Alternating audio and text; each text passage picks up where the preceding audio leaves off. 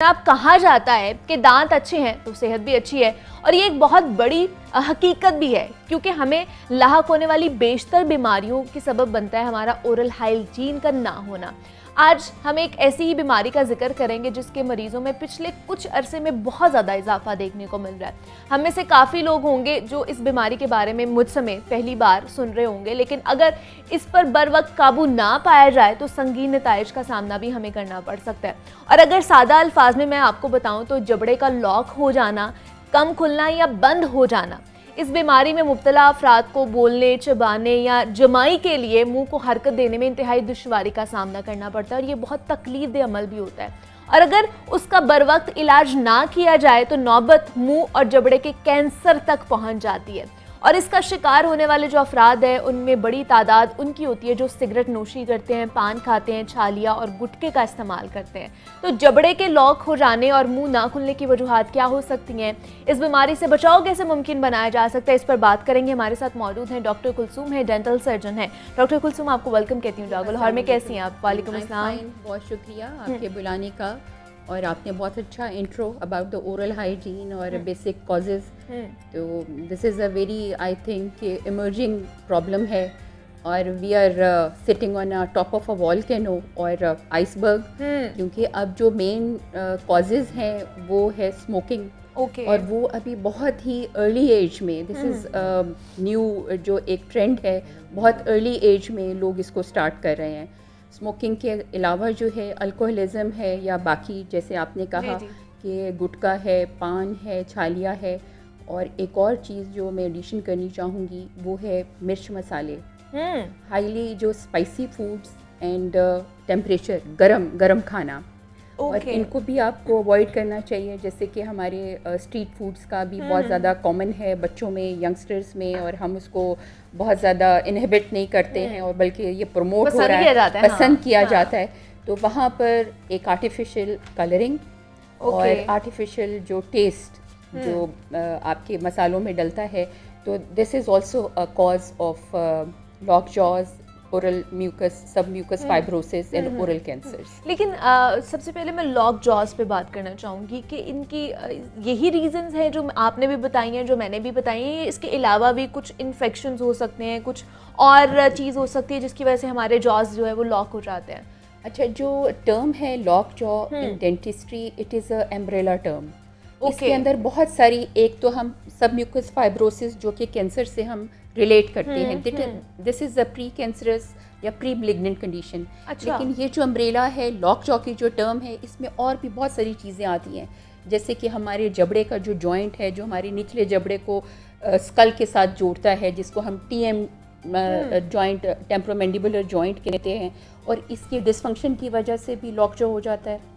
Christmas की वजह से भी हो जाता है। दूसरा, आपको ये जो टेटनस के बारे में पता होगा, जो चोटें लग जाती हैं गंदे एरिए में या रोड साइड एक्सीडेंट्स पे, और उसमें भी आपके जो मसल्स हैं नेक के और जॉ के, ये स्पाज़म में चले जाते हैं, जिसकी वजह से आपका मुंह खुलना बंद हो जाता है। और इफ मुंह खुलना बंद हो जाएगा तो फिर आपके ज़िंदगी की जो मेन फंक्शंस हैं वो इंटरफेयर करेंगे। You can't eat, you can't speak, you can't swallow.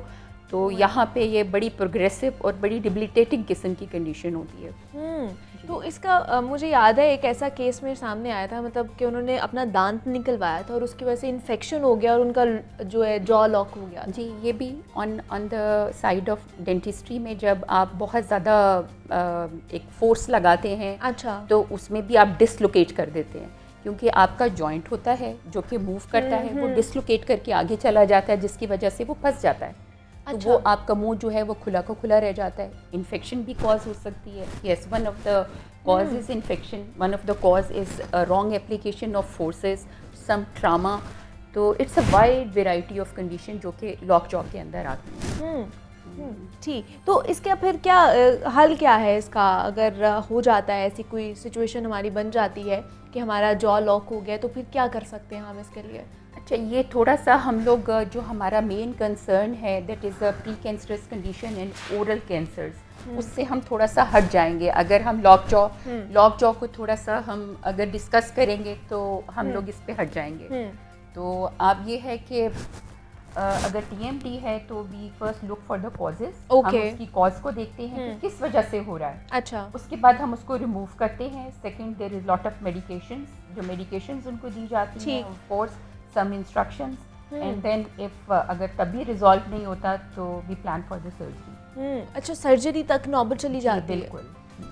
वो लास्ट स्टेज होती है सर्जरी की अगर चली गई है। यस, अगर क्रॉनिक हो गया है और वो बार बार हो रहा है तो yes we do a surgery. Okay, और बार बार किस सिचुएशन में हो सकता है, मतलब वो 1 मंथ में हो सकता है, या इसकी ड्यूरेशन कितनी हो सकती है अगर जॉ लॉक हो जाए तो? लॉक हो जाए उसमें ये है कि ड्यूरेशन आप डिपेंड करता है कि हम पेशेंट को इंस्ट्रक्शंस देते हैं कि आपने बहुत इसको रेस्ट देना है, ज़्यादा बात नहीं करनी अच्छा। है, जमाइयाँ नहीं लेनी है, ज़ोर से हंसना नहीं है, और उसको हीलिंग के लिए आपने थोड़ा सा वक्त देना है। अच्छा। नरम ग़िज़ा खानी है, ज़्यादा चबाना नहीं है, ऐसी ग़िज़ा होनी चाहिए जो जिसको ज़्यादा चबाना ना पड़े।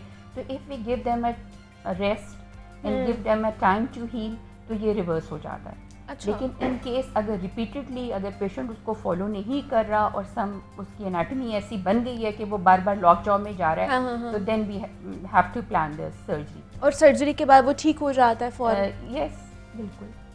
100% जो है वो ठीक हो सकता है हमारा जो जॉ है। तो उसके अलावा जो मुंह का कैंसर हो जाता है, ज़बान का कैंसर हो जाता है, इसकी क्या क्या कॉजेज़ हो सकते हैं? कॉजेज़ तो आपको जैसे बताया कि the main cause is tobacco smoking, tobacco chewing, alcoholism, spicy food, hot food, and this gutkha, paan masala, these are the main causes. और इसी की वजह से जो इंसिडेंस है इनका हमारी एशिया में ये ज़्यादा है, लेकिन western countries due to the more consumption of